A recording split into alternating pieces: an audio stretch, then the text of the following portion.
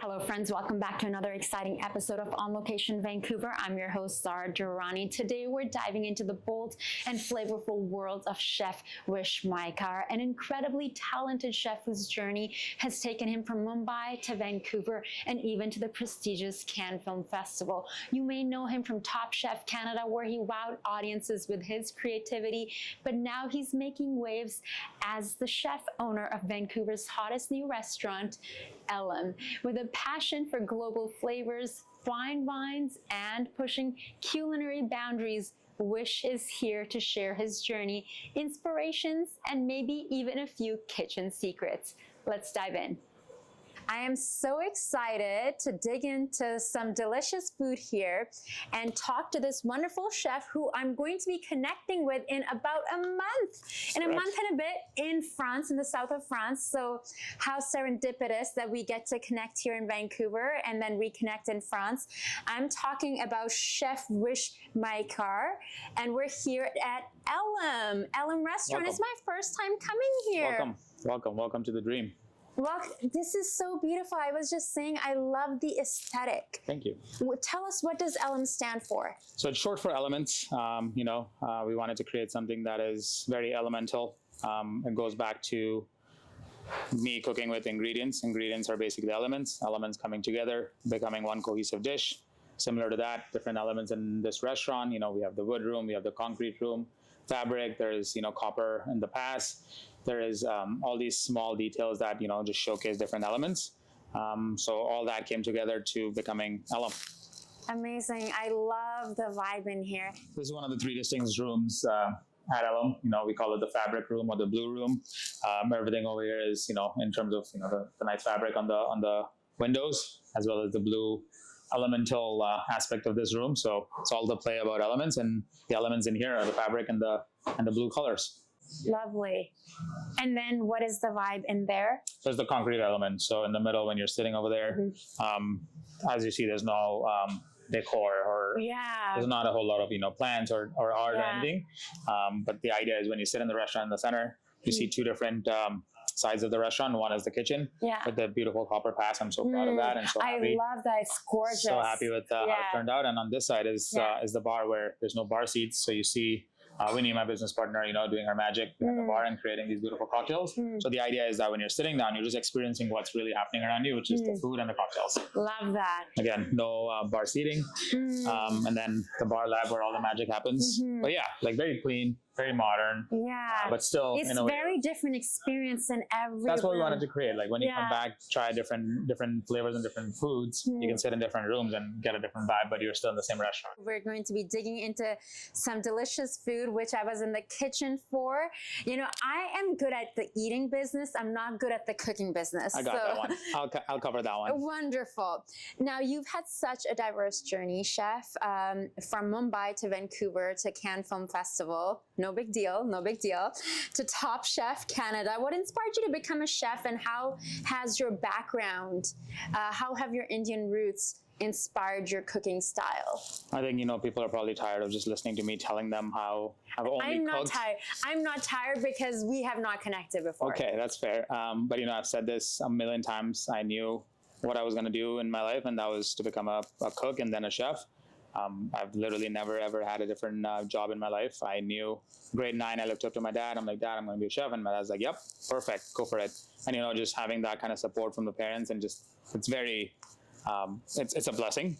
Tell us what's taking you to Cannes, because that sounds just so glamorous. So this will be my year 8 returning to Cannes. I started as somebody just on a small little student program that happens there, which is now, a big deal. And I'm the executive chef at the Cannes Film Festival, cooking at the American Pavilion. And it's a small little student program that happens over there as well, which I'm, the lead for. And it's one of the coolest gigs that, any chef can, talk about or, be proud about. Yeah, not a whole lot of chefs in the world can say that. No, they can't. And, just a very global journey, global mindset. I love that.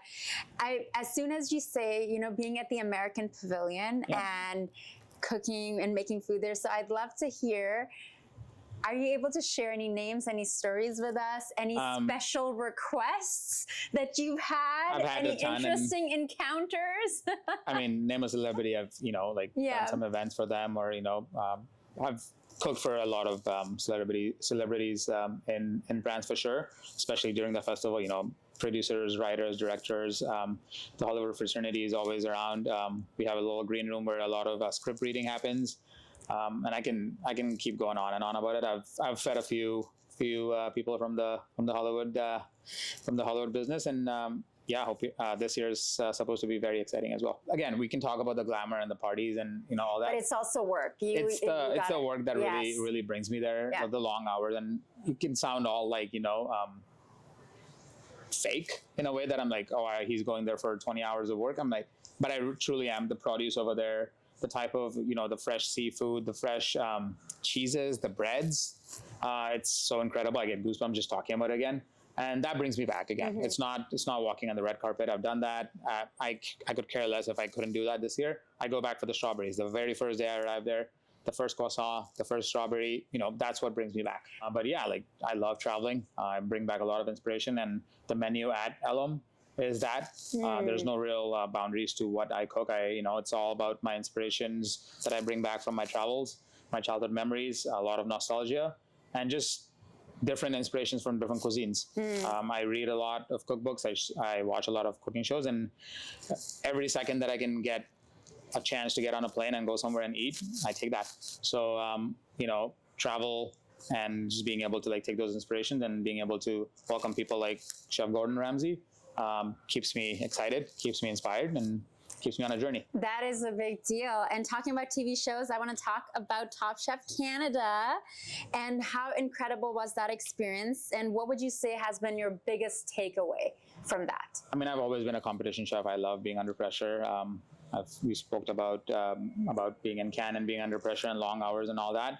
It's similar. I've always I was on the culinary team for Canada. I've always loved being part of competitions back home. When I was doing culinary school, I was taking part in all these competitions, and Top Chef approached, and that happened, and it was special. It was, I'd do it again in a heartbeat. One bad day got in the way and I couldn't win it, but the experience, the exposure, the love that I got through that show is it's incredible.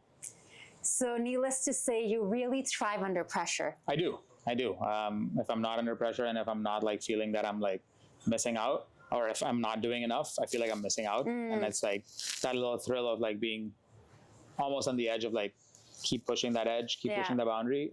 That's my feel. I can relate very much. Sometimes I ask myself, I'm like, am I creating chaos in my life, more drama? But that's the growth. That's Correct. Where the growth happens. You push yourself to the edge, and then you see how far you can go. And I think as a human being, I was reading yesterday this quote from Paulo Coelho. It's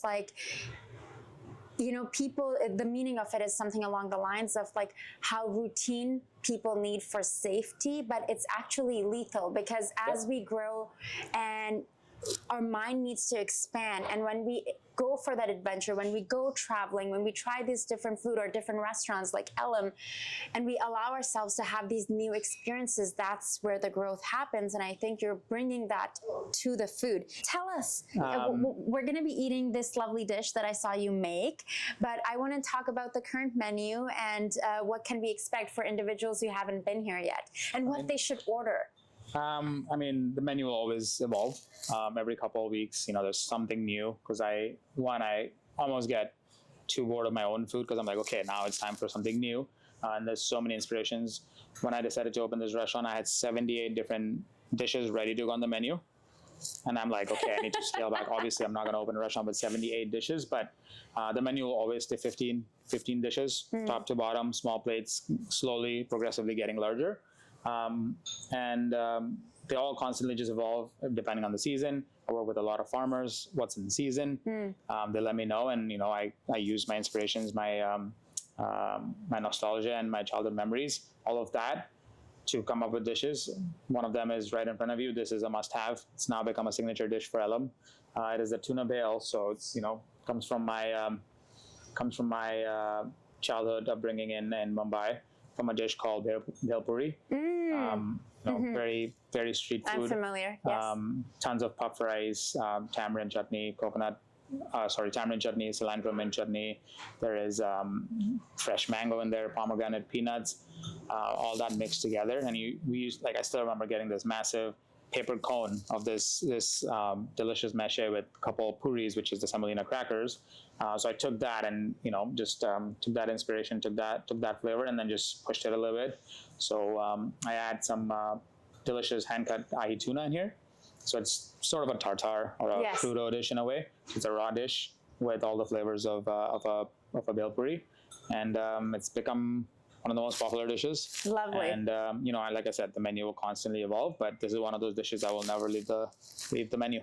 Brilliant. Okay, so for someone like me who's pescatarian, thank you so much for making this dish. What would you recommend that I order? You absolutely have to get the tuna dish. Okay. There's a crab toast right now on the menu, which again, lemongrass ginger broth that we take like close to 18 hours of making that sauce. It's on a nice house-made milk bun that we make in-house. Dungeness crab on top. It's very fresh. I call it the West Coast French toast. It's become very popular. It's a no-brainer. You have to get it. And then my big sea bream dish that I do right now got inspired by that dish in Contramar in Mexico City. 2 different sauces on this beautiful fish, and I took that as a super inspiration to bring it to my restaurant, and I have that. I give them full credit that I was inspired at that restaurant. There's 2 different sauces on that fish. One is the green sauce, which is the coconut mint cilantro sauce. On the other side is a Mexican adobo inspired sauce. So a little tangy and zippy and spicy on one side and then fresh on the other. We love that. I feel like you can just write off all your travels and eating at all these places. That's the plan. It's that research, is the plan. folks. That research is the plan. so I can make amazing food for all the guests here. I always get on a plane and get somewhere and people are like, oh, you're on a plane again going somewhere? I'm like, it's R&D. You're like, sorry guys, gotta go to Maldives. Sorry. One day. Now, Elam is the latest venture. What was the vision behind opening Elam? I've always wanted to open my own restaurant. That was a goal. I knew that I was going to have my own place. I also want to open 2 more maybe, but this is special. This is the first one. This is my baby, and I've always wanted to be a restaurateur. No doubt in my mind that I don't remember the last time I did not want to have this space in this restaurant, and it's come to life. And I think it all goes back to just like every day falling in love with food and just the aspect of creating and just being able to, just watching that reaction of people trying my dish and trying my food and just loving it makes me happy and keeps me on my toes and constant elevating the food, constantly pushing it and bringing more and more dishes like this. Always have wanted to be a chef that has his own food and doesn't have to have a boundary of what I cook. Lovely. Well, we're going to have to dig in now because we've been talking about it for so long. Let's dig in. We have to do it together. You go for it first. So I recommend, just taking a spoon, mixing it a little bit, taking it on your cracker and enjoy. Lovely. So for people watching right now, if they want to add a few spices that they don't have, or anything, like someone like me who's always ordering and doing Uber Eats, and maybe my basics of cooking is making a nice omelet, and that's kind of the extent of it. The rest is like happy hour, going out, takeout, all of that. What spices, just 3 basic spices that you'd recommend to have in my pantry? I love cumin. Cumin is one of those spices that, you can add it to so many different cuisines, and it just adds value, from Mexican to Indian to Chinese to, Middle Eastern. Cumin is used in so many different cuisines. So it's one of those spice that you can really play with it. And that is a base spice for me. I can use that in a lot of my cookery. The other one would have to be cilantro, coriander, or the coriander seed being a spice. And the third one that is very staple is turmeric. Not just for the color aspect of it being so bright and yellow, but it is proven to be so healthy for yourself. Yes, anti-inflammatory and all that, and just the value behind it being not only just a flavoring spice or a color spice, but also being being helpful to your digestive system and for your self-being or health. I think those 3 you'll always find those in my pantry. Lovely. Okay, well, we have to dig in, and Sure. I will let you know how it is.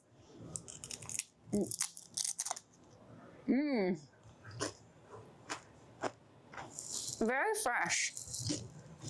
Mint. Mint, cilantro, tamarind, coriander. Yeah.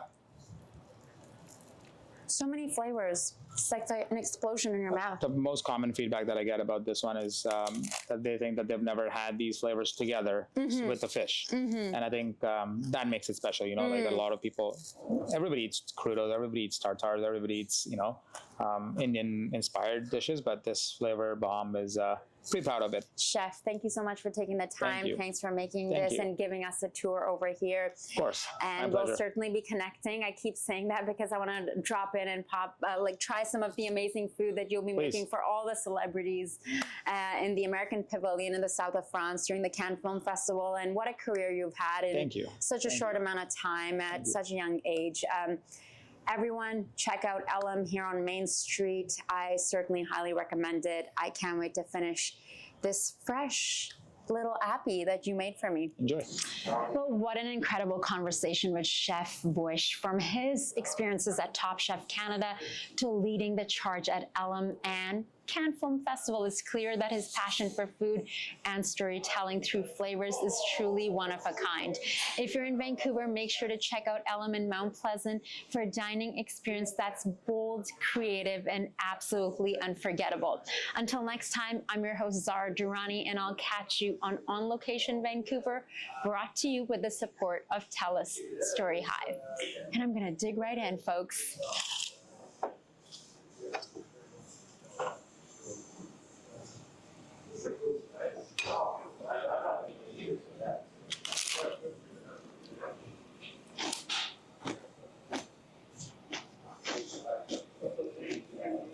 Delicious.